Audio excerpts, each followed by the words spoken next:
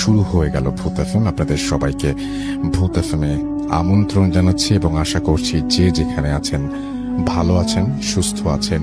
এবং আজকে ভূত এফএম শুরু করতে চাই একটা আমরা ইমেল দিয়ে, যে ইমেলটি আপনাদেরই পাঠানো ইমেল। চলুন শুনে আসি আমাদের আজকের প্রথম ঘটনা। হ্যাঁ রাসেল ভাই, এই ঘটনাটা অ্যাকচুয়ালি মানে আমার নিজের সাথেই কিন্তু ঘটা। বেশি দিন হয়নি, মাসখানেক এরকম হয়েছে। আমি ঢাকার বাইরে যে কোনো একটা জায়গায় ছিলাম আর কি। তখন এনভায়রনমেন্টটা হচ্ছে ওই বাসার আশেপাশটা হচ্ছে খুব নীরব, এবং আমার ওই বাসার পাশেই একটা অনেক পুরনো গ্রেভিয়ার্ড আছে আর কি।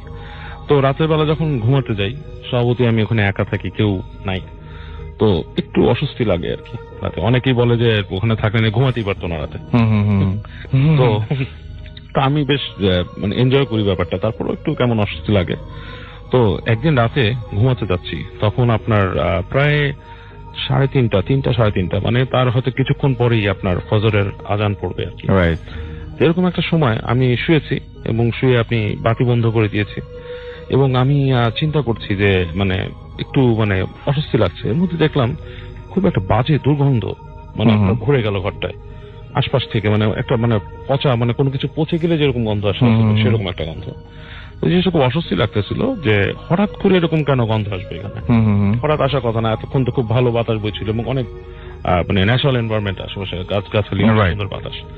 তো আমি জানালাটা একটু মানে ছোট করে দিলাম, মানে বন্ধ করার কাছাকাছি নিয়ে আসলাম, তারপর আমি শুয়ে পড়লাম। তো যখন শুয়ে পড়েছি রাসেল ভাই, ঘুমাইনি তখনও, আমার তখনও মানে চেতনা আছে অনেক। এরকম সময় আমি হঠাৎ করে ফিল করলাম যে আমার মাথার মধ্যে কেউ টাচ করেছে। আচ্ছা, একটা হাতের ছোঁয়া। আচ্ছা, এটা কিন্তু খুবই আনইউজুয়াল একটা জিনিস, বিকজ ওই বাসায় কেউ নাই, আমি একা, এবং আমি প্রচন্ড রকমের আটকে উঠছি। আচ্ছা, ভয় পেয়ে গেছি, মানে ভয় পাওয়া নাকি হঠাৎ করে একটা টাচ, স্বাভাবিক, খুবই স্বাভাবিক। এবং যখন এই জিনিসটা আমার মাথায় ক্রস করলো যেখানে কেউ নাই, কি আমাকে টাচ করলো, ঠিক এই সময়টাই আমার কানের মধ্যে একটা ঝিম করে শব্দ হলো, এবং সাথে সাথে আমি ফিল করলাম এই স্লিপ প্যারালাইসিস যে জিনিসটা মানুষ বলে বা বোবায় ধরা, এটা সম্বন্ধে আমি যথেষ্ট আগে পড়াশোনা করেছি, জেনেছি, আমি আলাপও করেছি একদিন ভূত এফএমে। তো এই জিনিসটা আমি একদম মানে এক্সপিরিয়েন্স করলাম, এবং আমি সম্পূর্ণ জেগে থাকা অবস্থায়। আচ্ছা, এবং আমি নড়তে পারছিলাম না রাসেল ভাই, মানে it's like somebody is like taking control over my body. আচ্ছা, এরকম একটা ব্যাপার। তো আমি ভেতরে তখন আপনি বুঝছেন যে আমার মাথায় কিন্তু তখনও কাজ করতেছে রাসেল ভাই, যে সেন্সটা যে এই জিনিসটা কি হচ্ছে আমি বুঝতে পারছি, এবং আমি চিন্তা করছি। তখন আমার একটা পুরনো কথা মনে পড়লো, অনেকেই বলতো যে এরকম অবস্থায় যদি কেউ সাথে না থাকে অনেক সময় মানুষ মারা যায়। আচ্ছা, ঠিক এরকম মানে কন্টিনিউয়াসলি থাকলে, অনেকেই বলেছে আগে। তো এটা যখন আমার মাথায় কাজ করেছে, আমি নিজের মাথায় আমি নিজে চিন্তা করছি অটো সাজেশনের মতো, যে আমি এটা হতে দিতে পারি না। রাইট, আমি তখন দোয়া পড়া শুরু করলাম। আপনি তখন চিন্তা করলাম এবং মনে মনে দোয়া পড়া শুরু করলাম, এবং দোয়াটা মুখ দিয়ে যে বের করবো আসলে মুখটা খুলতে পারছিলাম না, এবং অনেকক্ষণ চেষ্টার পর অল অফ এ সাডেন মুখ দিয়ে দোয়াটা বেরিয়ে আসলো। মুখটাকে আপনার প্যারালাইজ টাইপের, মানে আমি চেষ্টা করছি ওটা পোঙানোর মতো, এবং আমি অনেক চেষ্টার পর এক সময় আমার মুখ থেকে বেরিয়ে আসলো দোয়াটা, এবং দোয়া বেরোনোর সাথে সাথে it's just like a magic, like আপনার ইলেকট্রিক শক দিয়ে কোনো কিছু ছেড়ে গেলে যেরকম লাগে, জাস্ট লাইক দ্যাট। এবং আমি উঠে বসলাম, বসে আমি দোয়া পড়লাম, দোয়া পড়ে সৃষ্টিকর্তাকে স্মরণ করলাম, এবং চিন্তা করলাম যে এই সময় চলে, এবং ঠিক সেই মুহূর্তটাই কিন্তু ফজরের আজান দিল রাসূল। একদম ওই টাইমটাতে আমি যখন উঠে বসলাম, বসে দোয়া পড়লাম, তখনই কিন্তু ফজরের আজানটা দিয়েছে। এবং সবচেয়ে আশ্চর্যের ব্যাপার, ওই যে দুর্গন্ধ ছিল সেটাও নাই, সেটাও চলে গেছে ওখান থেকে। একটু বর্ণনা, এটা জিনিসটা এরকম, অনেক সময় আমরা কোথাও দেখি না যে কোনো কিছু পচে মরে যায়, যেমন ধরেন একটা ইঁদুর বাসা পচে গেলে যেরকম হয়, ওই ধরনের স্মেল, মানে সহ্য করার মতো ঠিক না গন্ধটা। ওকে, হ্যাঁ, মানে কোনো কিছু পচা, ডিকম্পোজ স্মেল, মানে কোনো কিছু পচে যাচ্ছে এরকম একটা গন্ধ। সো এবং সেই মুহূর্তে আপনি দেখলেন যে হঠাৎ করে অল অফ আ সাডেন সবকিছু নর্মাল, গন্ধটাও চলে গেল, মানে নর্মাল বাতাস ঘরের ভেতরে। আমি জানলা খুলে দিলাম, ফ্রেশ বাতাস আসছে, এবং আজানও দিয়েছে, তখন কাছাকাছি মসজিদ ছিল। এবং আমি তখন এক্সপিরিয়েন্স করলাম, অনেকের কাছে শুনতাম জিনিসটা, স্লিপ প্যারালাইসিস জিনিসটা যে অনেক ভয়ঙ্কর ভাবে ধরে জিনিসটা, কিন্তু এটা আমার লাইফে খুব বাজেভাবে ফার্স্ট এক্সপিরিয়েন্স করলাম, খুব বাজেভাবে, এবং সম্পূর্ণ জাগ্রত অবস্থা, এবং সম্পূর্ণ সেন্স ছিল আমার তখন, যে আমি ভাবতে পারছিলাম যে আমি অতীতে শুনেছি যে কেউ যদি না থাকে সেখানে এইভাবে হলে মানুষ মারাও যায় একসময়। ওকে, অলরাইট, যে আসলে একটা ঘটনা নিয়ে আসছি আজকে সবার জন্য। আমার আজকে আবারও আমি এক পেশেন্টের কাজিনের স্টোরি শেয়ার করব। তিনি অস্ট্রেলিয়া থেকে আমাকে ঘটনাটা পাঠিয়েছেন আর কি। তো ওনার নাম সাথী। তো ওনার আরেকটা বান্ধবী ছিল হিয়া। তো 1998 সালে ওনারা একটা কলেজে, আমি নাম বলছি না, এই কলেজে ভর্তি হওয়ার পর উনি একটি হোস্টেলে ওঠেন, গার্লস হোস্টেলে। এটি কলেজের পাশেই একদম। তো গার্লস হোস্টেলে ওঠার পর আজকে রাসেল ভাই আপনি আমার ঘটনা শোনেন নাই? আমি আজকে আরো ঘটনা শোনেন। তো হোস্টেলে ওঠার পর তার সাথে একজনের সাথে খুব ভালো বন্ধুত্ব হয়ে যায়, ওই হিয়া যার নাম বললাম আর কি।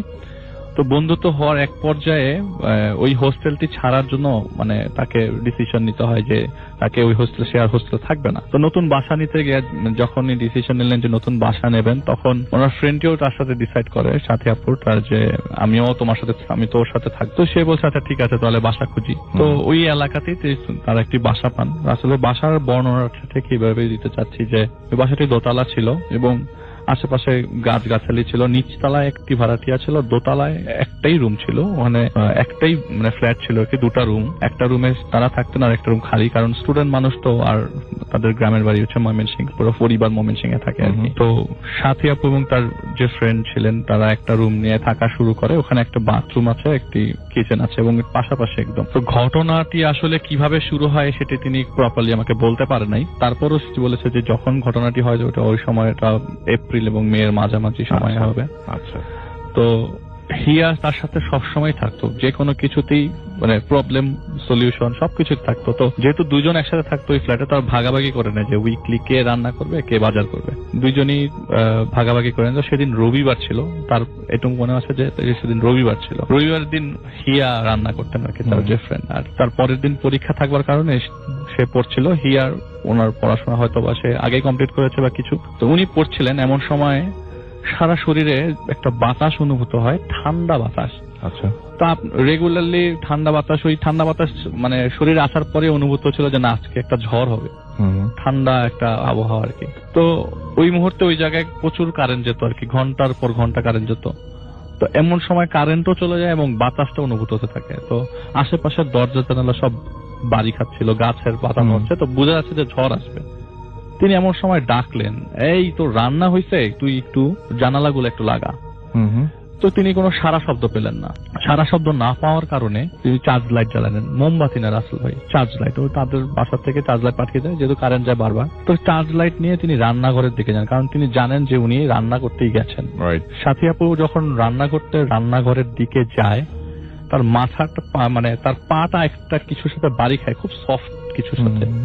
সাথে সাথে তিনি চার্জ লাইটটি নিচে নামিয়ে দেখেন যে তার পায়ের পা একটি মাথার সাথে বাড়ি খেয়েছে, সেটি হচ্ছে তার ফ্রেন্ডের মাথা, এবং পুরো দেহটি যে জায়গায় পাতিল টাতিল ধোয় সেই জায়গায় পড়ে আছে। এইটা শোনার পর ওনার কি হলো, উনি জাস্ট এতটুকু বলতে পারছে যে আমি ফিল করেছিলাম আমার পুরো বডিটা ঠান্ডা হয়ে গেছে, আমি আর কিছু মনে করতে পারছি না। যখন আমার জ্ঞান ফিরে তখন আমাকে হিয়াই পাশে ছিল। আমি অক্ষত অবস্থায় কিভাবে আমার কাছে আসে, আমি তো আমার পা দিয়ে এক্স্যাক্টলি ওই জিনিসটাই ফিল করেছি। অক্ষত অবস্থা আমাকে জাগাচ্ছে, কি হয়েছে তোর? আমি ওকে সবকিছু বললাম যে আমি রাতের বেলা এগুলো দেখেছি। বলে আমি তো ওয়াশরুমে ছিলাম, আমি ওয়াশরুম থেকে বের হয়ে দেখি তুই রান্নাঘরে পড়ে আছিস। তো জিনিসটা ওই দিন হওয়ার পরে তিনি ভালো করে বোঝান, ওই যে হিয়া ফ্রেন্ডটি ছিল তাকে ভালো করে বোঝান, এটা তোর হ্যালুসিনেশন, এটা তোর ভুল ধারণা। হয়তো ওই দিন কারেন্ট ছিল না, তোর কিছু মন হয়েছে, হয়তো বা তুই অন্য ধ্যানে ছিলি, পরের দিন এক্সাম ছিল, তোর মাথায় প্রেশার ছিল। কিন্তু উনি এই জিনিসটা মানাতেই পারে না যে আমি একদম চাক্ষুষ দেখেছি আমার পায়ের সামনে, হাত পায়ের সাথে তোর মাথাটাই বাড়ি খেয়েছে। বলে কি বলছিস যা বলতে বল, আমার মাথা কিভাবে বাড়ি খাবে, সম্ভব না। যাই হোক, কনভারসেশনটা বেশি দূর আগায় নাই এবং তিনি মাথার মধ্যে পানি দিয়ে ওই দিন কিছুটা স্টেবল হলেও পরের দিন আর স্টেবল হতে পারে নাই রাসেল ভাই। ঘুম ভাঙে তার রাতে 2টার দিকে এবং গভীর রাত, সেদিন গভীর রাতে তার ঘুম ভাঙে এবং ঘুম ভাঙার পর মোস্ট অফ দ্য টাইম তিনি ওয়াশরুমের জন্যই প্রসিড করেন আর কি। তো ঘুম থেকে উঠে উনি লাইট জ্বালাতেই দেখলেন যে ওনার পুরা পাশে হিয়া শুয়ে আছে এবং পুরা ফ্লোর জুড়ে হাত যেরকম ভাবে নড়াচড়া করে, মানে হাত অনেকগুলো হাত নড়াচড়া করছে হাতগুলো। এইটা দেখে তুমি আবারও মনে করুন আবারও ওনার অবস্থা খুব খারাপ। ওনাকে ডেকে তুলেন এবং ডেকে তোলার পরে আর ওনার কিছু মনে নেই। আচ্ছা। তো পরের দিন উনি ওই যে পাশে ওনার যে ফ্রেন্ড ছিলেন হিয়া, উনি বলছেন যে তোর অবস্থা খুব খারাপ, আমি একজন হুজুরের কাছে তোকে নিয়ে যাব। হুজুরটি আমি প্লেসটি বলে দিই, উনি মিরপুর মাজার শরীফের ঠিক অপোজিট, নদীর অপোজিটে গুদারা ঘাটের অপোজিটে ওই কিছু একটা এরিয়াতে থাকতেন ওই হুজুরটি, যার কাছে ওনাকে নিয়ে যাবে আর কি। তো বলে আমাকে কিছু একটা কর, আমার অবস্থা খুব খারাপ, আমি যেসব জিনিস আজকে কালকে হচ্ছে আমার সাথে এগুলি খুব অ্যাবনর্মাল। আচ্ছা। তো ওই আপুটি মানে হিয়া আপুটি উনি সাথী আপুকে ওনাকে নিয়ে গেলেন হুজুরের কাছে রাসেল ভাই। যে হুজুরের কাছে যেতে হলে তাকে 3-4 ধাপ পেরিয়ে যেতে হয়েছে। লাইক একজনের কাছে বলেছে, উনি আরেকজনের কাছে রেফার করেছে, আরেকজন আরেকজনের কাছে রেফার করেছে, আরেকজন আরেকজনের কাছে রেফার করেছে। রেফার করার পর নৌকায় উঠিয়েছে, নদীর ওপারে গেছে, অনেকক্ষণ ওয়েট করার পর জানা গেল যে হুজুর বাংলাদেশে নাই। ও সে খুব ফেমাস একজন হুজুর, আমি ওনার নামও বলছি না, উনি আছেন কিনা এটা উনি বলতে পারেন না, যেহেতু উনি আমাকে ঘটনাটি শেয়ার করেছেন। তো আমি খবরটা নিয়েছি রাসেল ভাই, আমি ওখানে গিয়েছিলাম এবং খবরটা অথেন্টিক দেখেই আমি বলছি যে হ্যাঁ এরকম একজন ছিল এবং হয়তো আছে, কেউ জানে না। ঘটনাটি আজকে থেকে প্রায় 18 বছর আগের ঘটনা, অনেক আগে। তো উনি বললো যে আমরা ওই দিন হুজুরকে যে পাই নাই, কিন্তু ওই দিন না পাওয়াতে কি আমার সাথে বেশি ঘটনাটা আরো কঠিন জটিল হয়ে যাবে, এটা আমি কখনো কল্পনাও করতে পারবো না। বাসায় আস্তে আস্তে আমাদের সন্ধ্যা হলো, দরজাটা খুলে রুমে ঢুকতে দেখি আমার রুমে কবর, আমার রুমের কবর খোঁড়া, আমার রুমের মধ্যে খাট নাই, পালঙ্ক নাই, ভাবলেও কেমন লাগে না, কিছু নাই, আমি খালি কবর দেখছি। আমি পাশে হিয়াকেও দেখছি না, ও কই গেল। কিছুক্ষণ পর আমার জ্ঞান ফিরল, আমি দেখি আমি আবারও হিয়ার কাছে, হিয়া আমাকে জাগিয়েছে। আমি ওকে বললাম যে মানে উনি বলছেন যে আমি ওকে বলেছি যে আমি আর এই বাসায় থাকবো না, কোনোভাবেই থাকবো না, বলে আজকে রাতটা কোনোভাবে পার কর, দেখি কালকে কিছু একটা ব্যবস্থা করব। পরের দিন ওই বাসায় সাবলেট চলে আসে, একটা রুম খালি ছিল। সাবলেট চলে আসার পর ওনার মনের মধ্যে কিছুটা হলেও শঙ্কা কাটে যে আমার জন্য একা আছি, তো একাকিত্বর কোন একটা সুযোগ কেউ নিচ্ছে বা কিছু, আমি শিওর না। ওই দুইজন আসার পর ঠিক 3 দিন পরে, এক্স্যাক্টলি 3 দিন পরে ওই হুজুরের ইয়ার থেকে একটি ফোন আসে পাশের দোকানে। তখন রাসেল ভাই মোবাইল ফোনের অতটা প্রচলন ছিল না, আসছে নতুন করে। তো পাশে টেলিফোন নাম্বারটা ওই হুজুরের জায়গায় দিয়ে এসেছিল ওরা, যে উনি আসলে যেন ফোন দেয়। হুজুর গিয়েছিলেন পশ্চিমবঙ্গে, উনি ওখান থেকে আসার পরে ফোন দেয় যে আপনি আসেন এবং আমরা আপনার সাথে ইগারলি দেখা করতে চাচ্ছি। হুজুর হঠাৎ করে ইগারলি কেন দেখা করতে যাবে, আমি তো যে আমাকে দেখেও নাই হুজুর, সেটাই তো আমি জানি না কি হলো।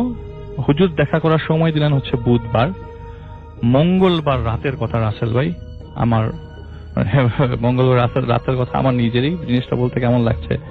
উনি বললেন যে আমি রাতে আমার ঘুম ভাঙলো এবং ঘুম ভাঙলে এমন অবস্থায় আমার গলাটা কেউ চেপে ধরেছে, হাতটা আসছে হাতের নিচ থেকে, আমি ছটফট করছি, আমি নড়তে পারছি না, ছটফট করছি, আমার গলাটা চেপে ধরছে, আমার মনে হয় এখনই দমটি বেরিয়ে যাবে। আমি পাশে হাত বাড়ি, মানে যে পাশে হিয়া আসে সে পাশে আমার ডান হাত দিয়ে বারবার ধাক্কাচ্ছি, কিন্তু আমি হিয়াকে সাপোর্ট পাচ্ছি না, হিয়ার বডি ধরতে পারছি না। আমার বাম হাত দিয়ে আমি কোনো মতে, কিছুক্ষণ পরে আমার ল্যাম্পের লাইটটি জ্বালালাম, ল্যাম্পটি জ্বলার পরে আর কেউ নাই। আমি পিছনে তাকিয়ে দেখি একটা হাত খাটের নিচে চলে গেল পিছন দিক দিয়ে। তো রাসেল ভাই যেটা উনি বললেন যে আমি এগুলি কখনো কল্পনা করি নাই, পাশের রুমে চলে যাই, ওই মুহূর্তে আমি হিয়াকে পাই নাই। ওই দিন রাতটা ক্রস করার পরে বুধবার সকালবেলা হিয়া আমাদের রুমে আসে এবং আমি ওকে খুব পেইল অবস্থায় পাই, এরকম অবস্থায় আমি কখনো ওকে পাই নাই, আমি কখনো ওকে দেখি নাই। এই অবস্থায় ওকে আমি কখনো এত ফ্রেশ একটা মেয়ে হঠাৎ করে এরকম হয়ে গেল। আমি ওকে খুব জোরে ধাক্কা দিয়ে জিজ্ঞেস করলাম, তুই কই গিয়েছিলি? সে বলল চল আমার সাথে, আজকে বুধবার, আজকে হুজুরের কাছে যাব। সেই মেয়েটি তাকে আবারও একইভাবে একই রেফারেন্সে, তখন আর এত রেফারেন্স লাগে না কারণ জায়গাটা তারা চিনে গেছে, তো ওই জায়গায় হুজুরের কাছে যায় এবং হুজুর তাকে খুব সাথে সাথে, অনেকজন বসেছিল হুজুরের কাছে, হুজুর বলেছে যে সব সিরিয়াল বাদ দিয়ে ওনাকে পাঠিয়ে দে। আমি যখন হুজুরের কাছে যে বসি, আমি বারবার হিয়ার দিকে তাকাচ্ছিলাম আর হুজুর আমাকে বলছে আপনি কার দিকে তাকাচ্ছেন? আমি বললাম যে উনি বলছে যে, আমি বললাম যে আমি আমার ফ্রেন্ডের দিকে তাকাচ্ছি। বলে আপনার ফ্রেন্ডের দিকে তাকান, আমি তো কাউকে দেখতে পাচ্ছি না। শোনেন, ওর দিকে তাকায়েন না। হুজুর বলছে যে ওর দিকে তাকায়েন না, আমার দিকে তাকান। আচ্ছা, আপনি যাকে দেখতেছেন তাকে সবাই দেখতে পায় না, আপনি দেখতে পাচ্ছেন, আমি জানি না রিজনটা কি, তবে আপনি যে বাসায় আছেন সেই বাসায় আমাকে একটু যেতে হবে, হয়তো আপনি সেই থ্রুটা নিয়ে আসছেন বা কিছু, তো ওই আপু বললেন যে আমি কিছু জানি না, আমি এখান থেকে চলে যেতে চাই, আপনি আমার চলে যাওয়ার ব্যবস্থা করেন, আমি যা দেখছি যা আপনি বুঝছেন কিনা আমি জানি না।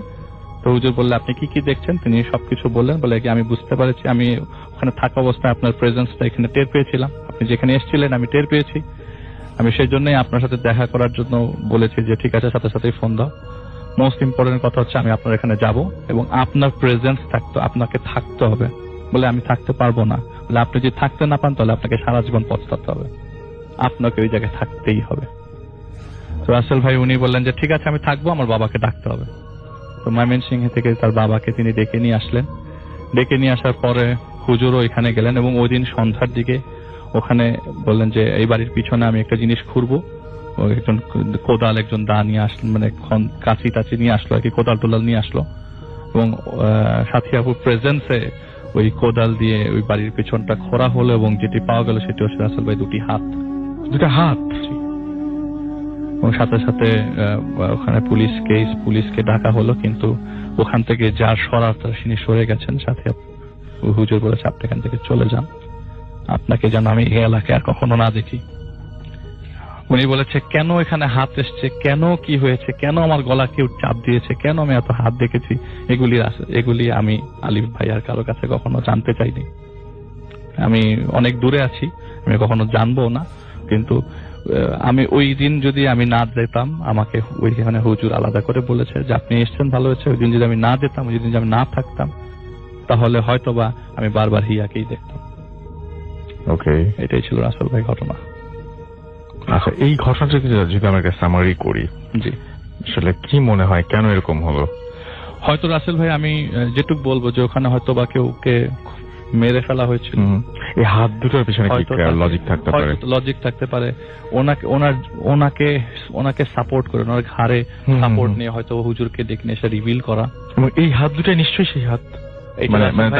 উনি বলছে যে আমি আসলে এতটুকু খেয়াল করিনি যে কি হাত, কিন্তু আমার অবস্থা ওখানে হাতের তো অ্যাকচুয়ালি কঙ্কাল বেরো, দুটো হাতের কঙ্কাল এবং পুরো দুটো হাতটা আলাদা পলিথিনে বাঁধা, পলিথিনের ভেতরে ছিল হাত দুটো। হুজুর এই যে বললেন, এটা প্রচুর লোক জমে গিয়েছিল।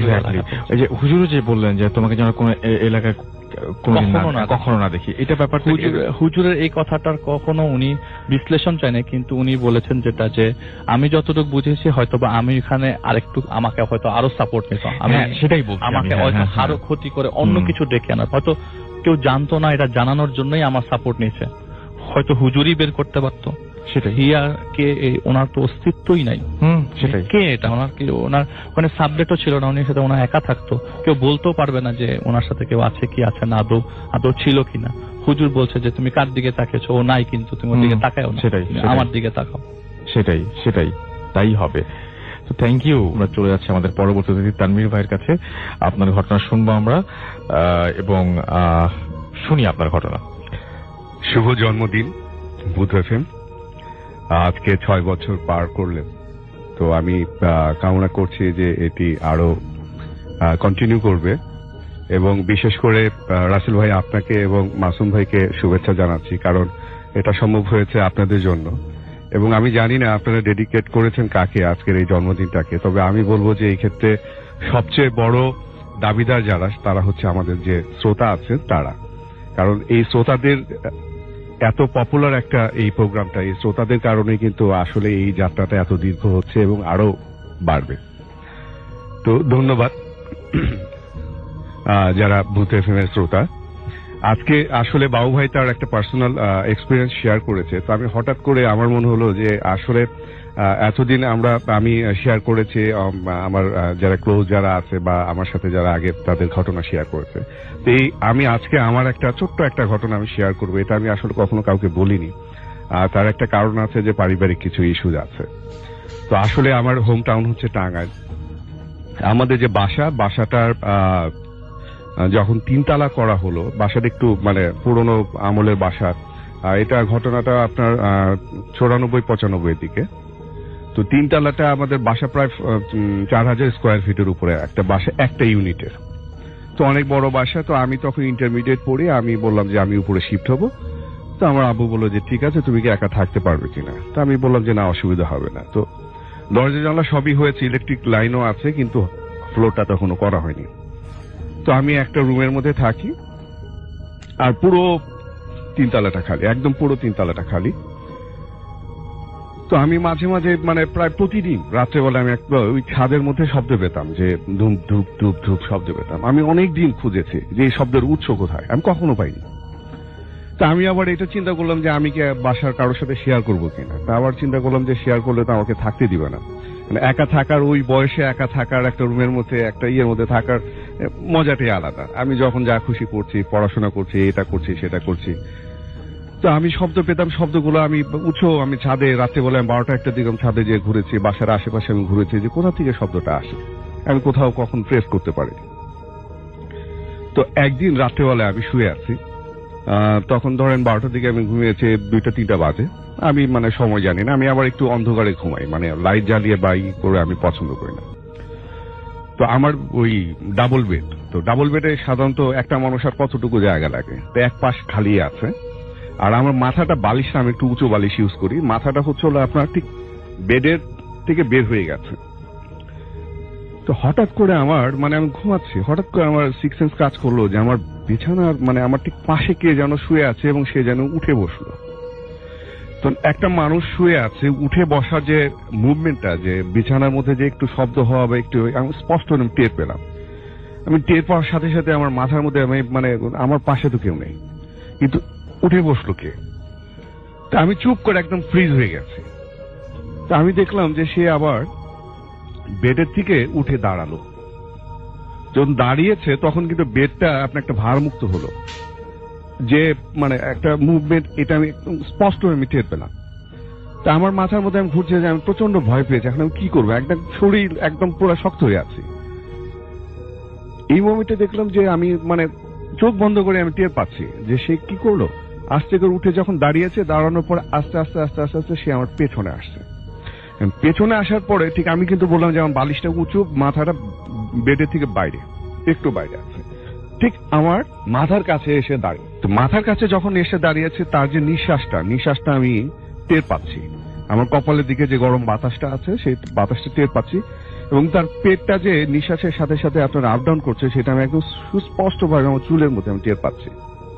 তা আমি তো প্রচন্ড ভয়, এখন আমি কি করবো, আমি চিন্তা করলাম যে এখন আমি মানে এই ভয়টা কাটানোর জন্য আমি কি করবো। আমি কিছুক্ষণ চিন্তা করে বললাম যে একটাই মতো উপায় আছে, সেটা হচ্ছে লাইট জ্বালা। আমি যদি লাইট জ্বালাতে পারি তাহলে হয়তো বা আমি মানে এখান থেকে রেস্কিউ পাবো। এখন লাইট যে জ্বালাবো, লাইট তো ধরেন সুইচ বোর্ডটাতে একটু উপরে, আমার পাশে সুইচ বোর্ডটা উপরে। তা আমি একটা লাফ দিয়ে আমি সুইচ বোর্ডে চিন্তা করলাম যে কোন সুইচটা, কারণ লাইটে তো অনেকগুলো সুইচ বোর্ড আছে, ফ্যান আর 3 আছে, আমি সবগুলো সুইচ একবারে দিয়ে দিই।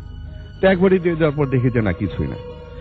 এরপরে আমি আরো মানে আমি এরপরে থেকে আমি কখনোই আপনার হচ্ছে লাইট অফ করে আমি আর ঘুমাতাম না, আমি সবসময় লাইট জ্বালিয়ে ঘুমাতাম। তখন আমি মাঝে মাঝে টের পেতাম যে আপনার হচ্ছে যে জানলা দিয়ে আমি দেখতাম যে কেউ একটা শ্যাডো আপনার মুভ করছে। তা আমি যেহেতু মানে তখন হচ্ছিল ইয়াং, মানে এই ভয়টা, আর আমি তখন বললাম যে দোয়া টোয়া পড়ে সবসময় আমি ঘুমাতাম।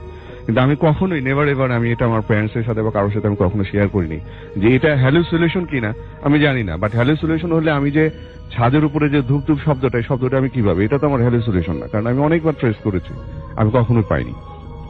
এটা আমার একটা ছোট্ট মানে পার্সোনাল এক্সপিরিয়েন্স। অনেক ধন্যবাদ আপনাকে। আপনার কাইসার আহমেদ, সেদিনের সেই ঘটনাটি। সেটা হচ্ছে যে আমার এসএসসি পরীক্ষার সময় আমার আব্বা মারা যায়। আব্বা মারা যাওয়ার পরে আমি ঢাকায় খালাম্মা খালুর কাছে মানুষ হয়েছি। এই পর্যন্ত আমি খালাম্মা খালু মানে আমার দেখাশোনা করেন। ওকে। তো আমি ঢাকায় আসার পর খুব অনেকদিন পর পর বাড়ি যাই। আর স্বাভাবিকভাবে আমি বাড়ি গেলে পড়াশোনা কম করি এবং আড্ডাটা বেশি দিই, এবং আমার বন্ধু বান্ধব প্রচুর, যে কারণে আম্মাও চায় না যে আমি বেশি বাড়ি আসি, মানে আমার জন্য যে ওখানে থাকলেই পড়াশোনা বেশি করবে।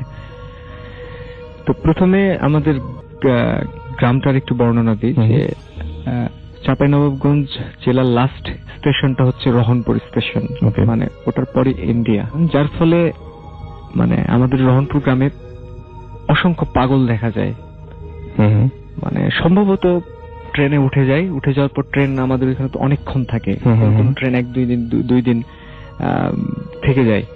যখন দেখে যে চলছে না, তখন হয়তো তারা নেমে পড়ে, যার কারণে বিচিত্র রকমের পাগল কিন্তু মানে 2-1 মাস পর পরই সেখানে দেখা যায়। তো রহনপুর বড় বাজার যেটা, সেখানে একজন পাগল ছিলেন, ওর নাম হচ্ছে সামু পাগল। আমরা স্থানীয়ভাবে তাকে সামু পাগল বলি। তো সামু পাগল, ওর হচ্ছে যে পাগলরা সাধারণত একটু অপরিষ্কার হয় এবং মানে চুল অপরিষ্কার হয়, দাড়ি অপরিষ্কার করে না ঠিক মতো। কিন্তু ওটার সে বিপরীত ছিল। আচ্ছা, সুদর্শন ছিল চেহারা, ফর্সা, মুখ ভর্তি কালো দাড়ি, আর চুলও অনেক ঘন এবং খুব বড় না, কিন্তু মানে ঘনত্বের কারণে মনে হতো যে অনেক বেশি চুল।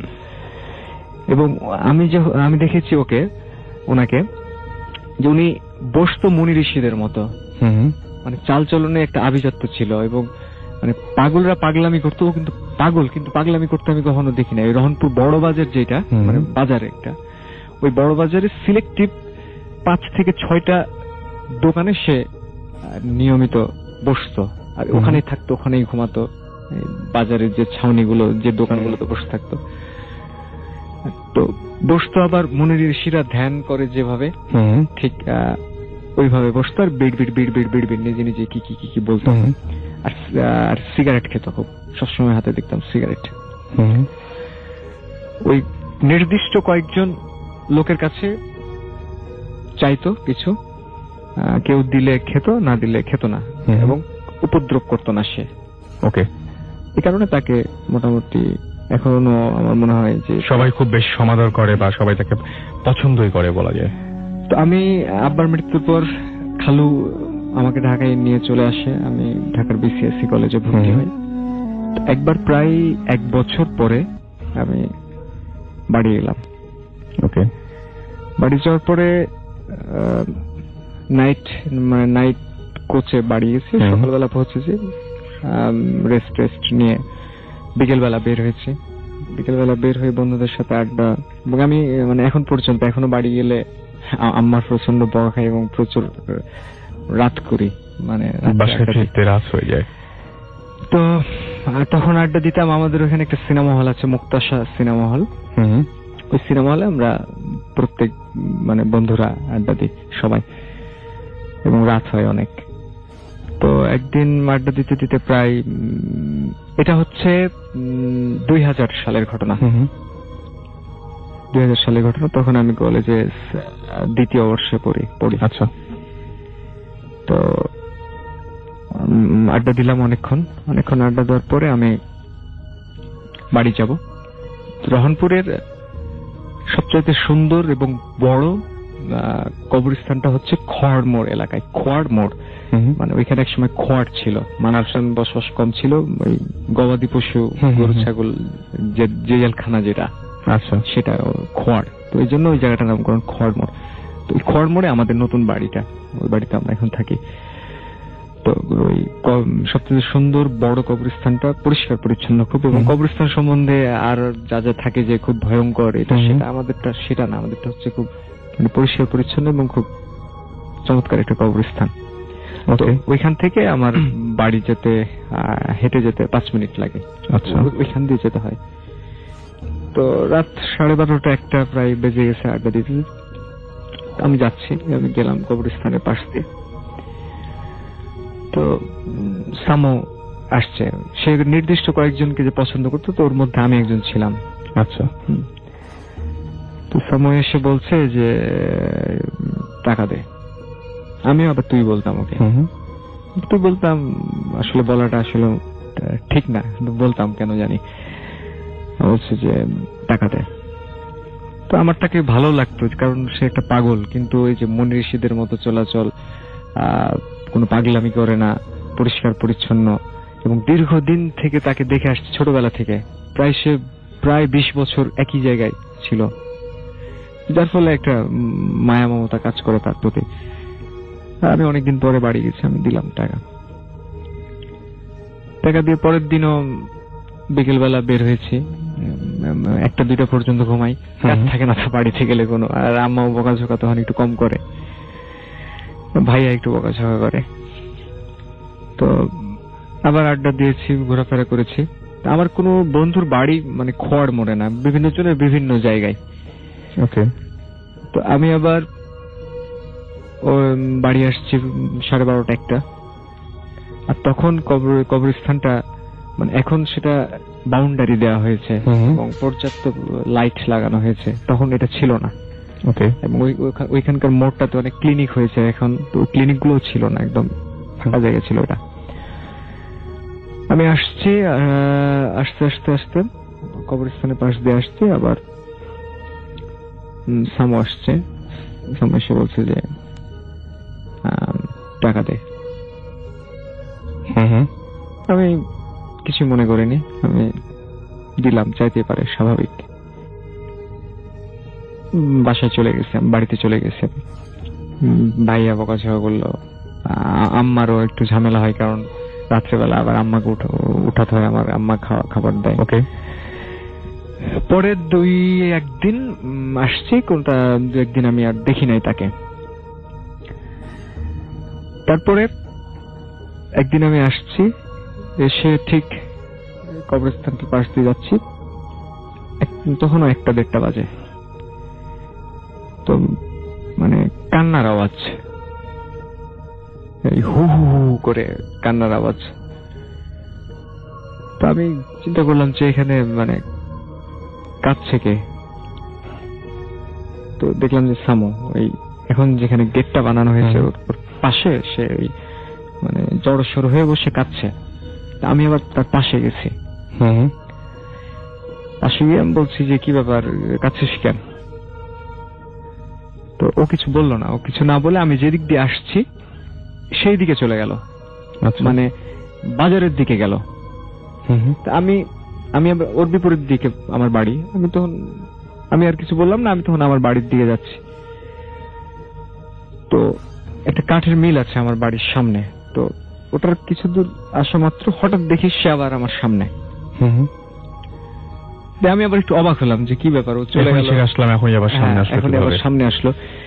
অবাক হয়েছি, কিন্তু প্রশ্ন জাগে নাই মনে, কারণ সব বিষয়গুলো আমার কাছে স্বাভাবিক মনে হয়েছে। সে বলছে যে আমার খুব ঠান্ডা লাগছে, আমাকে একটা সাদা চাদর দিতে হবে। আমি সাদা চাদর, ঠান্ডা, তখন গরমের সময়। তো আমার মানে এখন যেটা মনে হয়, যেমন একটু আগে যে গল্পটা বলছিলাম যে ওই মহিলার হাসি, তো শামুর চোখ দুইটা মানে কেমন একটা মমতা, মানে সে চাচ্ছে। তো চোখ দুটো আমার খুব মনে পড়ে। তো আমি তখন বললাম যে আচ্ছা ঠিক আছে, দিব, যা। ঠিক আছে, দিব বলে আমি বাড়ি চলে গেলাম।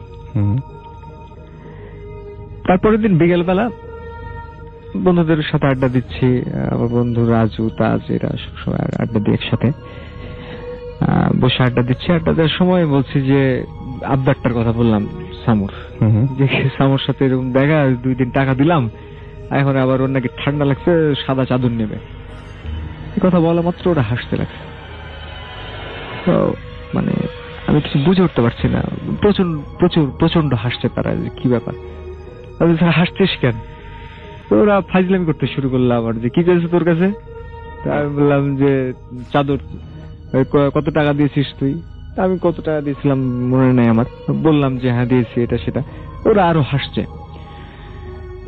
তো আমি যখন সিরিয়াস হলাম যে কি ব্যাপার, মানে ঘটনাটা কি বল, তখন বলছে যে শামু তো প্রায় 7-8 মাস আগে মারা গেছে। তো মানে এই কথা শুনে মানে আমিও বুঝতে পারছি না যে মানে ওরা কি আমার সাথে তাহলে কি ফাজলামি করছে নাকি। সেটাই, কারণ আপনার সাথে সামুর তার আগে কয়দিন দেখা হয়েছে? মোট আমার মোট 3বার দেখা হয়েছে, এবং 2বার টাকা চেয়েছে, 1বার চাদর চেয়েছে। মাঝখানে শুধু 2 দিন দেখা হয় নাই তার সাথে আমার, মানে 4-5 দিন। প্রত্যেকবার কি গোরস্থানের সামনে দেখা হয়েছিল? প্রত্যেকবার গোরস্থানের সামনে, এবং লাস্টে একবার যে কাছে। কিন্তু আমি তাকে গোরস্থান থেকে আসতে দেখিনি। আচ্ছা, মানে তার আশাটা হয়েছে হঠাৎ, সে কোথা থেকে কোন দিক থেকে আসছে এটা আমার মনে হয়নি। আর মনে হয়নি এই কারণে যে একটা পাগল মানে আসতে পারে, আমার কাছে সেটা মনে হয়েছে। তো ওরা যখন বললো যে মানে সামু মারা গেছে, তখন আমি আমার ঘটনাটা মেলাতে পারলাম না। তখন আমি মানে কাউকে বিশ্বাস করাতে পারলাম না যে বিষয়টা আসলে আমার সাথে এই ঘটেছে। তো আমি তাদেরকে ঘটনা খুলে বললাম। ওদের মধ্যে হয়তো কেউ বিশ্বাস করলো, কেউ করে নাই। কিন্তু এখন পর্যন্ত আমি যখন মানে যাই বাড়িতে, তো অনেকেই নাকি, আমি নিজেও শুনেছি, আমাদের এক কাকা আমাদের এই পাড়ার, উনিও বলেছেন আমাকে যে সামুকে নাকি মানে ওকে দাফন করা হয়েছে আমাদের কবরস্থান, মানে রহনপুর কবরস্থানে, খড়মোর কবরস্থানে। তো দেখা যায় নাকি যে সামু ওই কবরের উপরে বসে জিকির করছে। আচ্ছা। তো এই ঘটনাটা মানে আমিও চাই যে এটা কেউ যদি ভুল প্রমাণ করে দিতে পারতো আমাকে, যে না তুমি ভুল দেখেছো বা তোমার এই জিনিসগুলো ঘটেনি আসলে, হ্যাঁ, যে আসলে আপনি অনেক খুশি হতেন। আমিও অনেক খুশি হতাম যে আমার ভয় লেগেছে বা আমি খুব ভয় পেয়েছি বা আমার খুব খারাপ লেগেছে তা না, আমার ভালো লেগেছে যে একটা মানুষ দেখা দিয়েছে আমার কাছে কিছু চেয়েছে, আমার সেটা মানে ভিতরে ভালো লেগেছে। কিন্তু যখন মানুষ বলে যে না এসব কিছু না, এটা তুমি ভুল দেখেছো, এখন দেখেছি তো আমি, বুঝবেন আপনি, মানে একদম আপনি কি করে বুঝবেন যে আমি ভুল দেখেছি না ঠিক দেখেছি? দেখেছি তো আমি, এবং আমি দেখেছি, আমি সামুকে দেখেছি এবং সে এসেছে। এবং আমিও চাই যদি কেউ এটা প্রমাণ করে দিতে পারে যে না আসলে তুমি দেখোনি, কারণ আমার কাছে তো এখন এটা রহস্য হয়ে আছে যে কেন আপনি একদমই বিলিভ করতেন না ব্যাপারগুলো যে এরকম হতে পারে বা এর ধরনের কিছু। সুতরাং এমন না যে মানে একটা জিনিস পরপর 3 বার ঘটেছে আপনার কাছে, এবং আপনি জানতেন না যে লোকটা জীবিত না মৃত। হ্যাঁ, আমি জানতাম না, কারণ হচ্ছে যে একটা পাগল বেঁচে আছে না মারা গেছে এটা একটা বন্ধুদের আড্ডার ভিতরে এটা একটা কোনো ইম্পর্টেন্ট বিষয় না। তো যখন আমি শুনলাম যে প্রায় 7-8 মাস আগে সামু মারা গেছে, তখন মানে আমি ঠান্ডার হয়ে গেছেন যে এটা কিভাবে সম্ভব হলো। আমি কি বলবো, মানে বোঝাতে পারছি না যে এটা কি করে সম্ভব। যদি আসলে প্রত্যেকের জীবনে এরকম একটা করে ঘটনা ঘটতো তাহলে হয়তো বোঝানো যেত যে না ভাই যা দেখেছি, মানে এটা বলে বোঝানো যাবে। তিনি আমাদের সাথে একটা চমৎকার ঘটনা শেয়ার করেছিলেন, আমরা সেই ঘটনাটি শুনে আসবো। শুনে সেই ঘটনাটি stay tuned radio 40 and don't stop the 50। আসসালামু আলাইকুম লিসেনার্স, রাকিব রাহান বলছি। আমি এখন যে ঘটনাটি শেয়ার করব সেটা আমাকে পাঠিয়েছেন মামুন আব্দুল্লাহ ভাই, বাগেরহাটের ফকিরহাট থেকে। তো আমি তার ভাষার মধ্যে ঘটনাটি শেয়ার করতেছি। ঘটনার সময়কাল ছিল 1920 থেকে 1925 সালের মাঝামাঝি কোন একটি সময়ে। ঘটনাটি যার সাথে ঘটে তিনি তার বড় দাদু, নাম গফুর মিয়া, পেশায় ছিলেন একজন মাঝি। তো গফুর মিয়ার আসলে সাহসের কোনো কমতি ছিল না, তিনি রাত বেরাত খেয়া বেড়াপড় করতেন, ভালো মাছও শিকার করতেন। গফুর মিয়া মাঝিও হয়, তার পরিবারে বেশ আসলে অভাব ছিল। অভাব অর্জনের সংসারে তিনি একাই উপার্জনক্ষম ব্যক্তি। গফুর মিয়া একটা সময় সিদ্ধান্ত নেন যে তিনি খেপারের পাশাপাশি রাত্রেবেলা মাছ ধরবেন। তো যেভাবে সেই গাছ পরদিন থেকে জাল নিয়ে তিনি সন্ধ্যা অবধি নৌকা খেপারে পার করতেন এবং সন্ধ্যা শেষে গভীর রাত অবধি তিনি নদীতে মাছ শিকার করতেন। তো একদিন তেমন প্রতিদিনকার মতোই তিনি মাছ শিকার করছিলেন আসলে নদীতে। চারিদিকে নিস্তব্ধ পরিবেশ, উপরে চাঁদের আলো। তো এক কথাই জনমানব নিস্তব্ধ একটা পরিবেশ আসলে। তিনি আসলে সেদিন ভাগ্য হয়তো সুপ্রসন্ন ছিল না, তিনি ভালো মাছ পাচ্ছিলেন না। অনেক চেষ্টা করছিলেন আসলে, তিনি ভালো মাছ পাচ্ছিলেন না। তো হঠাৎ তার কানেও নদীর অপর প্রান্ত থেকে একটি আওয়াজ ভেসে আসে, গফুর ভাই, ও গফুর ভাই। তো তিনি বুঝতে পারেন যে নদীর ও প্রান্ত থেকে কেউ তাকে ডাকছেন নদী পারাপারের জন্য। তিনি তাকে অপেক্ষা করতে বলেন এবং জাল গুটিয়ে তিনি তার কাছে যান। মনে মনে ভাবতে থাকেন আজ মাছও ভালো পেলাম না, একটা লোক পারাপার করতে পারবো, যাক ভালোই হবে। এনাকে পারাপার করেন তিনি বাড়ির উদ্দেশ্যে রওনা দিবেন। তিনি তাকে নিয়ে নদীর এই প্রান্ত থেকে অন্য প্রান্তের উদ্দেশ্যে রওনা দেন। কিছুটা পথ আসার পর তিনি তার সঙ্গে কথা বলতে, নদীর নৌকায় যে লোকটা বসেছিল তার সঙ্গে কথা বলার চেষ্টা করেন। ভাই, কোথা থেকে আসলেন? নৌকায় বসে থাকা লোকটা আসলে সাড়া দেয় না। তিনি আবারও ডাকলেন, ভাই, কোথা থেকে আসলেন? আবারও লোকটি সাড়া দেয় না। তো গফুর মিয়া ভেবে নিলেন এটা হয়তো তার সমস্যার, কথাটা তো কম বললেন। তিনি নৌকার দাঁড় বাইতে থাকেন। কিছু সময় যাওয়ার পর তিনি আসলে খেয়াল করলেন, তিনি তো সচরাচর এই নদীতে খেয়া পারাপার করে থাকেন, তো কতটুকু সময় লাগে বা কত সময় লাগবে সেটা আসলে জানার কথা। তিনি ভাবলেন স্বাভাবিকের যে অনেকক্ষণ দাঁড় বাইছেন, তিনি এখনো মাঝ নদীতে তিনি আসতে পারেননি বা মাঝ নদীতে এসেছেন এমনটা। এবার তার মনে কিছু একটা খটকা লাগে। তিনি লোকটাকে আবার রাখতেন, ভাই কোথা থেকে আসলেন? এবার নৌকার অপর প্রান্তে বসে থাকা লোকটা তার দিকে মুখ উঁচু করে কথা বলতে শুরু করেন। গফুর মিয়াও যখন মুখ উঁচু করে কথা বলতে যাবেন, তিনি যা দেখলেন সেটা আসলে দেখার কথা ছিল না গফুর মিয়া। তিনি দেখলেন লোকটার 2 হাতে 2টি বাচ্চা, যাদের উচ্চতা ছিল অস্বাভাবিকের চেয়ে অনেক বেশি। চোখ দুটো ছিল গাঢ় লাল। এতক্ষণ আসলে যে কেন সবকিছু উল্টাপাল্টা ঘটছে এটা বুঝতে আর বাকি রইল না গফুর মিয়া। তিনি এক হাতে হারিকেন নিয়ে অন্য হাতে দিয়ে এক হাত দিয়ে দাঁড় বাইতে থাকতেন এবং মনে মনে যতটুকু সূরা কালাম পারতেন পড়তে থাকলেন। আসলে অপর প্রান্তে, নৌকার এক প্রান্তে গফুর মিয়া, অপর প্রান্তে বসে থাকা লোকটি 2 হাতে যে 2টি বাচ্চা ছিল তিনি তাদের দিকে আবার খেয়াল করলেন। দেখলেন বাচ্চা দুটি কাঁচা মাছ যেন চিবিয়ে খাচ্ছেন এমনটা। তিনি মনে মনে সূরা কালাম আরো পড়তে থাকলেন এবং একটা সময় দেখা গেল যে বাচ্চা এবং সেই লোকটা দুজনেই পানিতে ঝাঁপ দিয়ে চলে গেল। তিনি কোন রকম ঘাটে আসলেন, নৌকা ঘাটে বেঁধে বাড়ির উদ্দেশ্যে যাবেন, এমন সময় তিনি জ্ঞান হারালেন। পরদিন সকালে কিছু লোক তাকে নদীর পাড়ে অচেতন অবস্থায় আবিষ্কার করেন এবং তার বাড়িতে নিয়ে যান। বাড়িতে নেওয়ার পর গফুর মিয়া যখন জ্ঞান ফেরে তখন পরিবারের সব লোক জানতে চায় যে ঘটনাটা কি আসলে। তো গফুর মিয়া আসলে সব ঘটনা খুলে বলেন তাদেরকে, কিন্তু সে সময় আসলে গফুর মিয়ার শরীরে অনেক জ্বর ছিল, প্রচন্ড জ্বর, তার শরীর পুড়ে যাচ্ছে, জ্বর যেন কিছুতেই কমছে না। 2 দিন গেল, তো সবাই যখন বুঝলো এটা অস্বাভাবিক ঘটনা, তো গ্রামের কবিরাজ হুজুর যতটুকু পারলেন সাধ্য মতো তাদের শরণাপন্ন হলেন এবং একটা সময় গফুর মিয়া সুস্থ হয়ে গেল। তো যে কবিরাজ তাকে ঠিক করে তুলেছিল সে তাকে বলেছিল যে আপনি দিনের বেলায় যা পারবেন করবেন, যতটুকু খেয়া পারাপার করতে পারবেন করবেন, কিন্তু রাতের বেলায় যেন আপনি আর ঘাটে না যান, ওটা খুব খারাপ কিছু ছিল। তো গফুর মিয়া একটা সময় যায় যে সব ভুলে যায় আসলে। তো ভুলে যাওয়ার পর তিনি প্রতিদিনের মতো আবার নদী খেয়া পারাপার করতে যান এবং সাথে জালটা নিয়ে যান। তো মাছ ধরেন, কোনো সমস্যা হয় না। তো হঠাৎ একদিন তার পাশের বাড়ির নিকট আত্মীয় তাকে বলেন যে দূরে একটি গ্রামে তাকে পৌঁছে দিতে হবে খিয়া দিয়ে, বিনিময়ে তিনি তাকে উচ্চ মূল্য দিবেন। তো তিনি বিকালে তাকে নিয়ে রওনা দেন। আস্তে আস্তে আসলে প্রায় সন্ধ্যা হয়ে যায়। নদীর ওপারে যে বাজার ছিল সেখান থেকে তিনি কিছু সদাইপাতি বাজার করে বাড়ির উদ্দেশ্যে খালি নৌকা নিয়ে রওনা দেন। তো হয়তোবা মাঝ নদীতে এসেছেন এমন সময় তিনি খেয়াল করলেন তার নৌকার 2 পাশে 2টা কি জিনিস যেন স্রোতের উপর দিয়ে লাফাচ্ছে। প্রথমে তিনি মাছ ভাবলেও আসলে মাছ তো একবার লাফানোর কথা, প্রতিনিয়ত লাফাচ্ছে। তিনি আফসা আলোয় হারিকেনটা উঁচু করলেন এবং আফসা আলোয় দেখতে পেলেন সেই রাত্রে সে বাচ্চা 2টি 2 পাশে লাফাচ্ছে।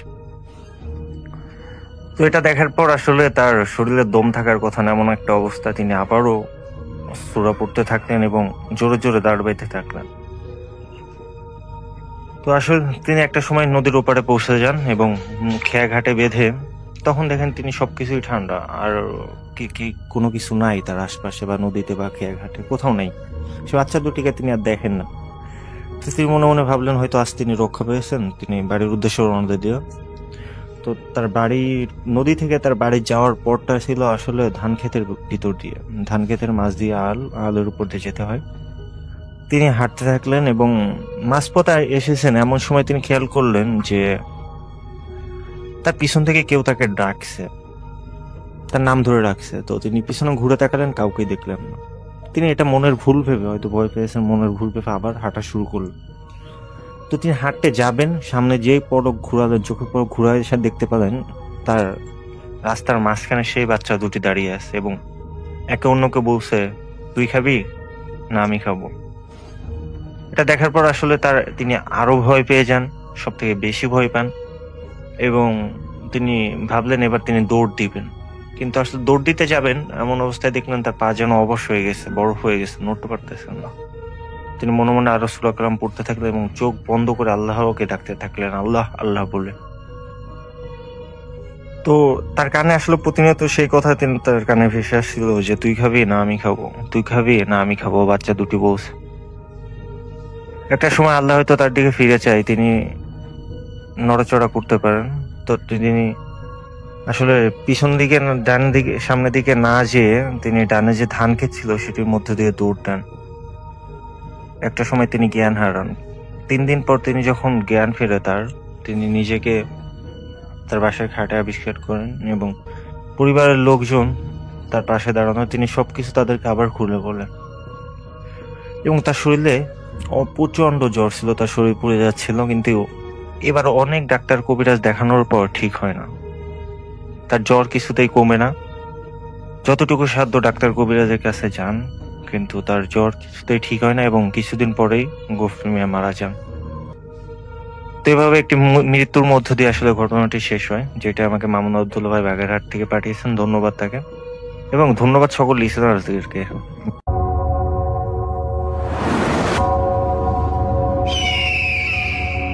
Welcome back. আপনাদের সবাইকে স্বাগত জানাই আমি রাসেল। আশা করছি আপনারা সবাই ভালো আছেন, ভালোর তলে আছেন। আমিও ভালো আছি আর ভালোর তলে আছি। চলে যাব আরও একটি ঘটনায়, যদি ভালো লাগে সাথে থাকবেন। আসসালামু আলাইকুম লিসেনার্স, আমি রনি মিরপুর থেকে আসছি, মিরপুর 1। জি, আজকে যে ঘটনাটি বলবো সেটি আমাদের অফিসের এক ভাইয়ের কাছ থেকে শোনা। জি। সো সে যেভাবে বলছে আমি ঘটনাটি সেভাবেই বলছি। তার এলাকায় একটা মসজিদে এক বয়স্ক হুজুর ছিল, মানে হুজুর বলতে বয়স্ক ইমাম, মানে খুব পরহেজগার ছিল। এলাকার লোকজন তাকে খুব ভালোবাসতো। আর বিশেষ বলে রাখা ভালো যে ওই এলাকায় একটা প্রচলিত কথা ছিল যে ওই এলাকায় নাকি জিনেরা নামাজ পড়তো, এরকম একটা কথা প্রচলিত ছিল। একদিন এরকম এক জিনে হুজুরের সাথে এসে দেখা করে, মানে একাকি, তাকে ভালো লাগে, এসে দেখা করে, সরাসরি পরিচয় দেয় যে আমি জিন, আপনাকে খুব ভালো লাগছে, আপনার পিছনে অনেকদিন নামাজ পড়ছি, আপনার সাথে বন্ধুত্ব করতে চাই। এরকম বলার পর দেখা যায় হুজুরের সাথে খুব একটা গুড রিলেশন হয়ে যায়, তার ওঠা বসা, খুব একটা ভালো সম্পর্ক। এমনকি হুজুরে তাকে তার নিজ বাড়িতে পর্যন্ত নিয়ে যায়। এরকম এভাবে খুব ভালোই চলছিল।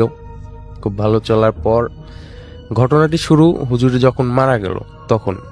হুজুরে মারা যাওয়ার পর হলো আসল ঘটনাটি শুরু। হুজুরের 3 ছেলে 1 মেয়ে ছিল। মানে ঘটনাটি শুরু হয় হুজুরের মেয়ের সাথে, আসলে ছোট মেয়ের সাথে। ছোট মেয়েটা খুব মানে মোটামুটি চঞ্চল প্রকৃতির ছিল, কিন্তু খুব পরহেজগার ছিল, যেহেতু হুজুরের মেয়ে, বা নামাজ রোজা এইসব করতো এরকম। কিন্তু বিশেষ মানে কিছুদিন পরে তার মধ্যে বিশেষ কিছু পরিবর্তন লক্ষ্য করা দেখা যায়। যেমন সে মানুষের সাথে তেমন একটা কথা বলে না, বা একাকী থাকাটা পছন্দ করে, এরকম একটা দেখা যায়। কিন্তু বিষয়টি প্রথমে তার ফ্যামিলি অতটা গুরুত্ব দেয় না, যে স্বাভাবিক হয়তোবা। কিন্তু আসল ঘটনাটি যখন ঘটে, মানে হঠাৎ করে সে একদিন মানে তাকে খুঁজে পাওয়া যাচ্ছে না, এরকম একটা মানে চারিদিক খোঁজাখুঁজি, তার আত্মীয় স্বজন প্লাস মানে সব দিকে খোঁজা হয়, কিন্তু মানে তার কোনো হদিস পাওয়া যায় না। ফ্যামিলি অনেক কিন্তু অনেক খোঁজাখুঁজির পরও তাকে পাওয়া যায় না। 3 দিন পরে মানে হঠাৎ করে সে কোথা থেকে যেন মানে নিজেই বাড়িতে আসে।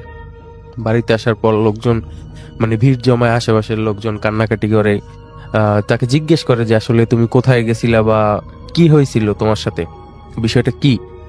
এরকম জিজ্ঞেস করার পর বা কোনো উত্তর নেই, মানে একাকী থাকা পছন্দ করে, মানে একাকী এরকম। তো তারা এক হুজুরের শরণাপন্ন হয়।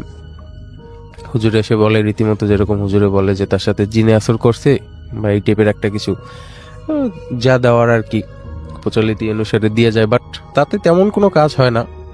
এরকম মানে এরকম ঘটনা অহরহ ঘটেই চলতেছে। যেমন একাকী হয়ে গেছে, আরো শরীরের অবস্থা খারাপ হয়ে যাইতেছে, প্লাস মানুষের মধ্যে থাকে না, এরকম একটা দেখা যাচ্ছে। মাঝে মাঝে দেখা যায় যে 2-1 দিনের জন্য তাকে খুঁজে পাওয়া যায় না।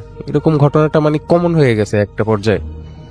সো একজন আইসা বললো, মানে একটা হুজুর বলল যে ওর সাথে যেটা আছে খুব শক্তিশালী জিন, একে সারাতে হলে মানে কোনো বড় হুজুরের শরণাপন্ন হতে হবে। পরিবারের সবাই খুব মানে খোঁজাখুঁজির পরে দেখা যায় তাদের মানে গ্রাম থেকে একটু দূরে, কিছু দূরে একটা হুজুরের সন্ধান পেল। হুজুরে মানে বড় ধরনের আলেম। তাকে যে সব ঘটনা খুলে বলার পর হুজুর অ্যাটলিস্ট আসলো, এসে মানে যেভাবে দরকার আর কি, মানে তার প্রসেসিং অনুযায়ী মানে জিন হাজির করার পর মানে সে সালাম দিল, সালামের উত্তর দিল। তারপর হুজুর যখন জিজ্ঞেস করলো যে তোমার মানে কি ব্যাপার, যে মেয়েটার উপর তুমি কেন এরকম নির্যাতন করতেছো বা কেন এরকম করতেছো, তখন জিনটা খুলে বলে যে আমি এই মসজিদে নামাজ পড়তাম, তো ওর বাবার সাথে আমার সাথে খুব একটা মানে ভালো সম্পর্ক হয়ে যায়। আমি ওর বাসায় যখন আসছি তখন ওকে আমার ভালো লাগে, আসলে আমি ওকে বিয়ে করতে চাইতেছি কিন্তু ওকে আমি ছাড়বো না, এরকম একটা কিছু। হুজুরে বলে যে না, সেটা কি করে সম্ভব। অনেকক্ষণ কথা কাটাকাটির পর শেষ পর্যায়ে যেতে রাজি হওয়ার পর যেরকম আর কি কথা, যে গাছের ডাল ভেঙে যাবে এরকম, তাদের বাড়ির বের হওয়ার পথে একটা বড় গাছ ছিল, গাছের একটা ডাল ভেঙে দিয়ে যায়। পরবর্তীতে দেখা যায় মেয়েটা বিভিন্ন তদবিরের পর সুস্থ আছে। আর শেষ পর্যায়ে ঘটনাটি প্রায় 6-7 বছর আগের ঘটনা, কিন্তু বর্তমানে মেয়েটার একটা বাচ্চাও আছে, স্বামী সংসার নিয়ে খুব ভালো আছে। এই ছিল রাসেল ভাই আমার ঘটনা। Thank you so much. আপনার ঘটনার জন্য আপনাকে ধন্যবাদ এবং আশা করছি যে আপনাদের এই ঘটনাটিও ভালো লেগেছে।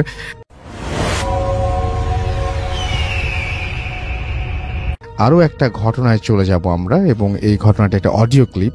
চলুন শুনে আসি অডিও ক্লিপটি। আশা করছি এই অডিও ক্লিপটিও আপনাদেরকে অনেক অনেক আনন্দ দেবে। চলুন শুনে আসি। এখন যে ঘটনাটি আপনাদের সাথে শেয়ার করব, এই ঘটনাটি আমাদেরকে যিনি পাঠিয়েছেন তার নাম শেখ সানি। ওনার বাড়ি গোপালগঞ্জ জেলার কাশিয়ানী উপজেলার করামারি গ্রামে। জীবিকার তাগিদে 2011 সালের 1 ডিসেম্বর নারায়ণগঞ্জের আদমজি ইপিজেটের ভেতর একটি গার্মেন্টসে কোয়ালিটি কন্ট্রোলার হিসেবে জয়েন করেছিলেন। সঙ্গত কারণে গার্মেন্টসটার নাম উল্লেখ করা যাচ্ছে না, কারণ প্রতিষ্ঠানটি এখনো চালু রয়েছে। তো বলে রাখা ভালো, উনি যেই গার্মেন্টসটাতে জয়েন করেছিলেন ওটা প্রায় 5 বছর বন্ধ থাকার পর নতুন করে চালু করা হয়। ওনার প্রতিদিনের কাজ বেশ ভালোভাবেই চলছিল, তবে মাঝে মাঝেই সকালবেলা ডিউটিতে আসলে কিছু অস্বাভাবিক জিনিস উনি সহ অনেকেই লক্ষ্য করতেন। এই ধরা যাক, ট্রলিতে সোয়েটার বা টি শার্টের পার্ট লোড দিয়ে রেখে গেলে সকালে সেটাখানে খালি পাওয়া যেত। আবার মাঝে মাঝে গার্মেন্টসের যে জেকার্ট মেশিন রয়েছে, এই জেকার্টের মেশিন সকালে আপনা আপনি অন পাওয়া যেত, অথচ এটা কিন্তু বন্ধ করা ছিল। তারপর গার্মেন্টসে কিন্তু লিঙ্কিং মেশিন নামে মেশিন রয়েছে, এই লিঙ্কিং মেশিনে পার্ট ধরানো থাকতো। এখন পার্ট ধরানো বলতে যারা এখানে কাজ করেন তারা বুঝতে পারবেন। এরকম ছোট ছোট অস্বাভাবিক বিষয় লক্ষ্য করা যেত। তো প্রতিদিনের মতো 15 ডিসেম্বর দিনের কাজ শেষ করে অফিস থেকে বের হওয়ার আগে অফিস কর্মকর্তা কয়েকজন ভাইয়ের সাথে বিভিন্ন বিষয় নিয়ে আলোচনা করা হচ্ছিল। তার কথার মাঝে এক ভাই বলে উঠল যে, সানি ভাই, আপনাকে যদি একটা মোবাইল দেওয়া হয়, আপনি কি একটা রাত অফিসের মাঝে একা একা হাঁটতে পারবেন বা কাটাতে পারবেন? মানে একটা মজা করেই বললো, কারণ ওনার মোবাইলের প্রতি একটা ঝোঁক বেশি ছিল, আর মোবাইলে মুভি দেখা যেত, আবার মোবাইলে গান শোনা যেত, আর মোবাইলের প্রতি ওনার আগ্রহ বেশি থাকার কারণে এই বিষয়টা তাকে ওনারা মজা করেই বলেন। তখন আরেকজন বলল, আচ্ছা ঠিক আছে, আপনাকে মোবাইল না 2000 টাকা দেওয়া হবে, থাকতে পারবেন? তো উনি আবার বললো যে, ভাই টাকা পয়সা দিতে হবে না, হেডফোন কানে দিয়েই একটা রাত এমনি কাটাই দিতে পারবো। তো এক ভাই আবার পাশ থেকে বলে উঠলো যে, সানি, অফিসের মাঝে এমনিতেই কিন্তু অনেক অস্বাভাবিক ঘটনা ঘটছে, তুমি ওদের কথা শোনো না, এটা করা ঠিক হবে না। তো সানি ভাই আবার আগ্রহ নিয়ে বললেন যে, আরে কিছু হবে না, আমি থাকবো একটা রাত। তো কথা অনুযায়ী পরের দিন 16 ডিসেম্বর অফিসের সকল কার্যক্রম বন্ধ থাকবে। ওই রাতেই উনি একা রাত কাটানোর সিদ্ধান্ত নিলেন সকলের সাথে কথা বলে। তো উনি এই বিষয়টা নিয়ে বেশ আগ্রহী ছিলেন, আর তাছাড়া ওনার চিরপরিচিত কর্মস্থল, দীর্ঘদিন ধরে আসার পর থেকে এখানে কাজ করছেন, তো এখানে আর ভয়ের কি আছে, তাই না? তো উনি এটা খুবই চিন্তা করেছেন।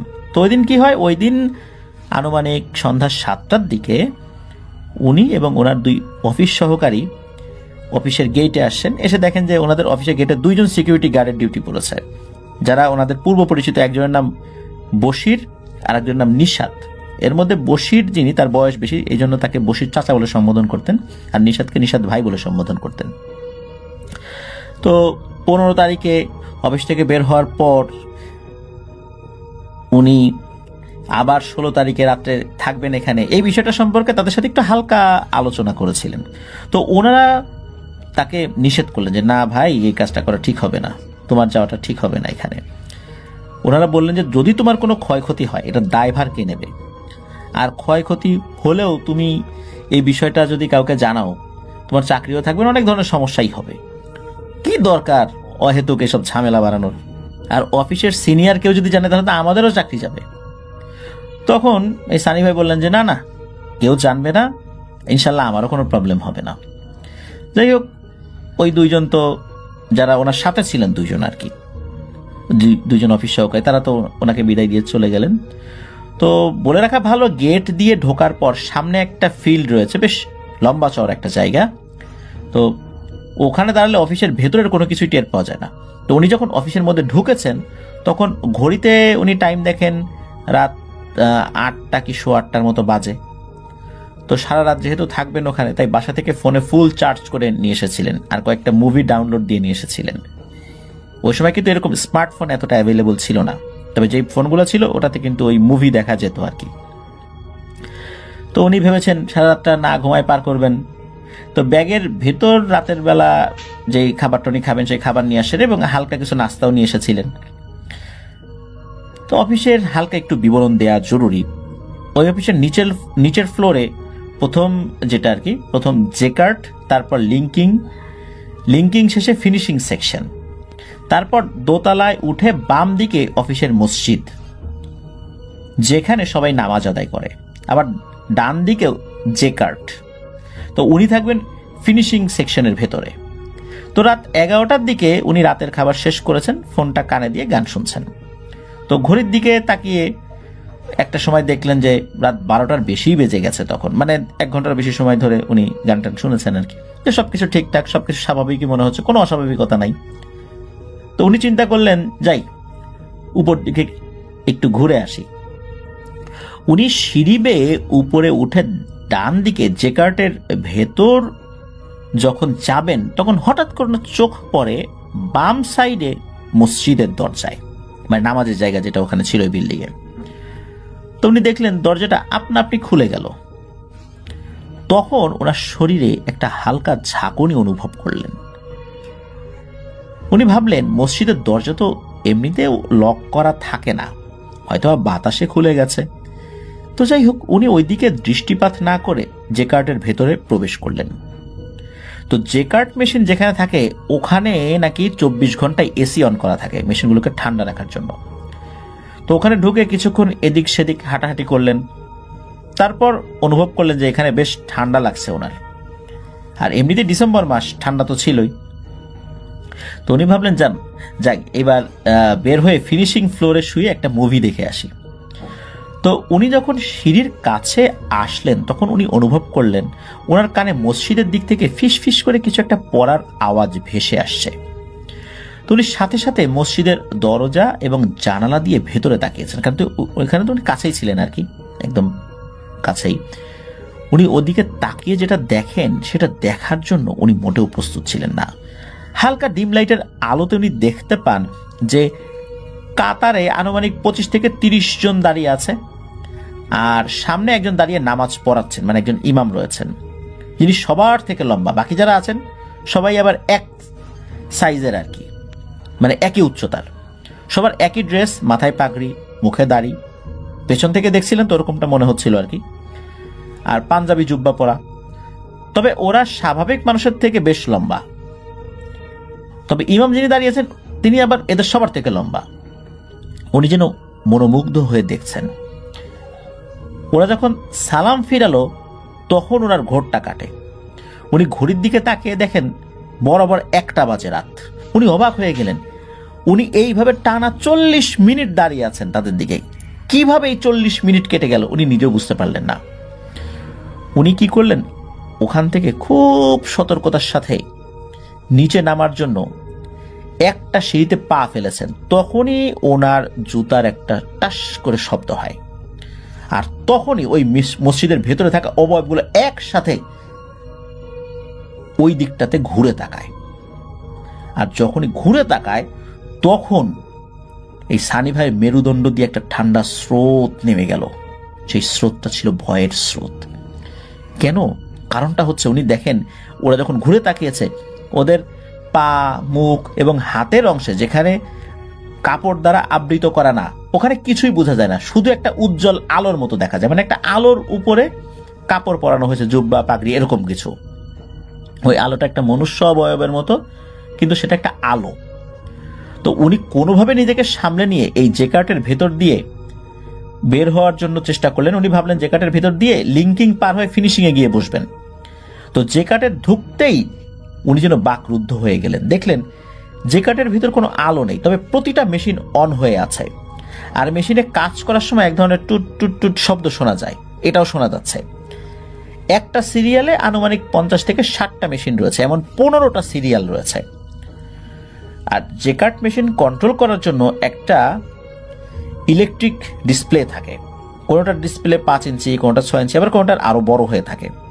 ওই ডিসপ্লে থেকে একটা সবুজ আলো আসে। ওই হালকা আলোতে উনি যেটা দেখেন সেটা আরো ভয়াবহ। উনি দেখলেন 5 থেকে 6টা মেশিন পর পর একটা মানুষের মতো অবয়ব দাঁড়িয়ে আছে এবং একে অপরের সাথে কি যেন বলা বলি করছে। এটা দেখার পর উনি যা দোয়া দুরুদ জানতেন সেটা পড়তে শুরু করেন। ওনার কণ্ঠটা যেন আস্তে আস্তে থেমে যাচ্ছে, কণ্ঠ দিয়ে আর কিছু বের হচ্ছে না, কাঠ হয়ে আসছে। জেকার্টের সবাই যেখান দিয়ে হাঁটাচলা করে উনি চোখ বন্ধ করে আল্লাহু আকবার বলে ওই দিক দিয়ে দৌড় দিয়েছেন লিঙ্কিং এর দিকে। তো লিঙ্কিং এ ঢুকতেই শুনলেন একসাথে শত শত মানুষ ফিস ফিস করে কথা বলে, যেমনটা শব্দ ঠিক ওরকম শব্দ। সামনে তাকাতেই নিজের শরীরের শক্তিটা যেন চলে গেল ওনার। উনি দেখলেন প্রতিটা লিঙ্কিং মেশিনে ছেলে মেয়ে উভয় মানুষের অবয়ব স্পষ্ট বোঝা যাচ্ছে। ওনার বুঝতে বাকি রইল না উনি কত বড় বিপদে পড়েছেন। ভাবলেন যেভাবেই হোক ওই ফিনিশিং এর দরজার কাছে গিয়ে পেছনের গেটের সিকিউরিটিদেরকে উনি ডাক দেবেন। যেই না সামনের দিকে দৌড় দিয়েছেন, পাশেই একটা লোহার ট্রলিতে সজোরে ওনার পায়ের বৃদ্ধাঙ্গুলে আঘাত লাগে। উনি লক্ষ্য করলেন আঘাতের শব্দে সবাই একসাথে উঠে দাঁড়ালো। আরো লক্ষ্য করলেন উনি জোরে দৌড়ে যাচ্ছেন আর ওনার পা ঠিক যেই জায়গায় পড়ছে ওখানে 4 থেকে 5 জন করে অবয়ব হুমড়ি খেয়ে পড়ছে ওই ফ্লোরের উপরে। মনে হচ্ছে ওখানে কোনো একটা খাবার আছে, সেটা খাবে, কিন্তু তার উপর আক্রমণ করছে না। যাই হোক, কোনোভাবে ফিনিশিং এ কাছে উনি চলে আসেন, যেখানে ওনার ব্যাগ আছে ওখানেও চলে আসেন। আর পায়ের নিচে পিচ্ছিল কোনো কিছুতে উনি পড়েও যান। পায়ের দিকে তাকাতেই উনি দেখেন ওনার পায়ের যে বৃদ্ধা আঙ্গুলটা ওটা খুব বাজেভাবে কেটে গেছে এবং ওই দিক দিয়ে খুব বেশি করে রক্ত বের হচ্ছে। পা সম্পূর্ণ রক্তে ভিজে আছে। উনি বুঝতে পারলেন যখন ট্রলিতে আঘাত লেগেছিল তার কারণে এটা হয়েছে। কেননা জুতা বলতে একটা স্যান্ডেলের মতো ছিল আর কি। জুতা পরলে তো আসলে সামনের এই বৃদ্ধাঙ্গুলিতে আঘাত লাগার কথা না, এটা স্যান্ডেল পরা ছিল। মূলত এই কারণেই ওই আঙ্গুলে আঘাত লাগার কারণে আঘাতটা গুরুতর হয়েছিল। আর উনি যখন যে দিক দিয়ে দৌড়ে এসেছেন ওদিকে তো রক্ত পড়েছে, আর ওইখানেই মূলত ওই মানে হুমড়ি খেয়ে পড়েছে। উনি এটাও দেখেন যে 5-6 জন আর একটা দল সামনের দিকে এগিয়ে এসে এই রক্তের যে ছাপটা যেখানে আছে সেটা জিহবা দিয়ে চেটে চেটে একটা একটা করে শেষ করে আরো সামনের দিকে আসছে, মানে তার দিকে আসছে। আর এদের চেহারাটা তখন উনি দেখেন খুব বিদঘুট এবং ভয়ঙ্কর। তবে চেহারার বিবরণ উনি আসলে ওইভাবে দিতে পারেন নাই, খুব বিদঘুটে ভয়ঙ্কর ওনার কাছে মনে হয়েছে। এরপর উনি সেন্সলেস হয়ে যান। ওখানেই ওনার জ্ঞান আসলে চলে যায়। ওনার যখন জ্ঞান ফেরে তখন উনি দেখেন যে এই ইপিজেড সরকারি হসপিটালে উনি আছেন। ওনার পরিবারের সবাই সেখানে দাঁড়িয়ে আছে। উনি জানতে পারেন যে 3 দিন পর নাকি তার জ্ঞান ফিরেছে। এই সিকিউরিটি যে বশির চাচা, তো উনি বলেন যে মারাত্মকভাবে পা জখম অবস্থায় ফিনিশিং ফ্লোরে তাকে পড়ে থাকতে দেখেছেন। এরপরে হসপিটালে তাকে নিয়ে আসা হয়। টানা 2 সপ্তাহ জ্বর ছিল। এরপর একজন হুজুরের কাছ থেকে উনি পানি পরানেন, ঝাড়ফুঁক করান। আল্লাহর রহমতে উনি সুস্থ হয়ে গিয়েছিলেন, তবে ওখানে উনি আর চাকরিটা করেন নাই। তো এটাই ছিল ঘটনা।